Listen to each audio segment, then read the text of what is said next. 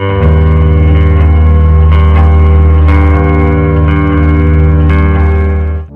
po mga kaibigan? Magandang hapon po sa inyo ng Biyernes, no? Weekends na naman po.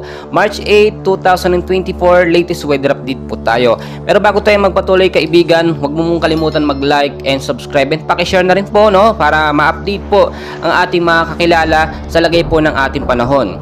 So narito po ang ating Sypnosis, galing na rin po sa DOST Pag-asa mga kaibigan. Apektado pa rin po, no, ang ilang bahagi po ng Northern at Central Luzon ng hanging amihan or Northeast Monsoon. May easterlies din po tayo or etong init na hangin galing sa karagatan ng Pasipiko na siya pong nakaka-apekto sa ilang bahagi ng ating bansa.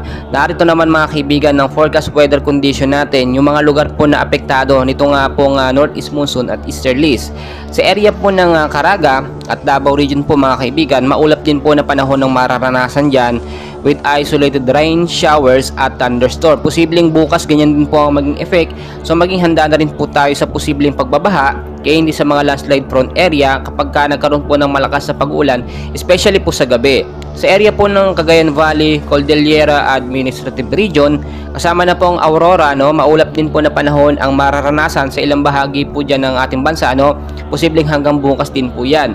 So ayon sa Pag-asa, dulot po yan ng hanging amihan, walang significant impact. Pero anytime maghanda pa rin tayo. Kung kayo lalabas, magdala ng firing jacket kapote para sigurado tayong may panglaban tayo sa pag-uulan. Sa area po ng Ilocos Region mga kaibigan, kasama na po ang ilang bahagi ng Central Luzon, maulap din po na kalangitan ang mararanasan dyan with isolated light rains. Mahinang pag-uulan po yan, no? Dulot po yan ng Northeast Monsoon. Magdala kayo ng payong mga kaibigan kung kayo aalis, no? Especially mga uuwi galing trabaho.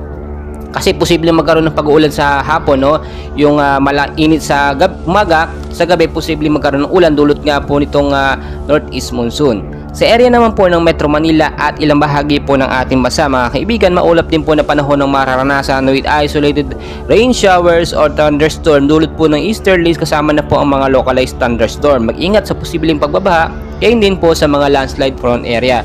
Mga kaibigan, lilinawin ko lamang po para malinaw sa atin, no, wala pa naman tayong binabantayan na bagyo sa loob ng Philippine Area of Responsibility. Pero may mga binabantayan po tayo ng mga kumpol ng kaulapan sa labas ng pare. Nasa pa wala po itong direktang epekto sa ating bansang Pilipinas. Mga kaibigan, patuloy ko po kayong i-update and please huwag kalimutan mag-like and subscribe for more weather updates. Maraming salamat po sa inyong lahat.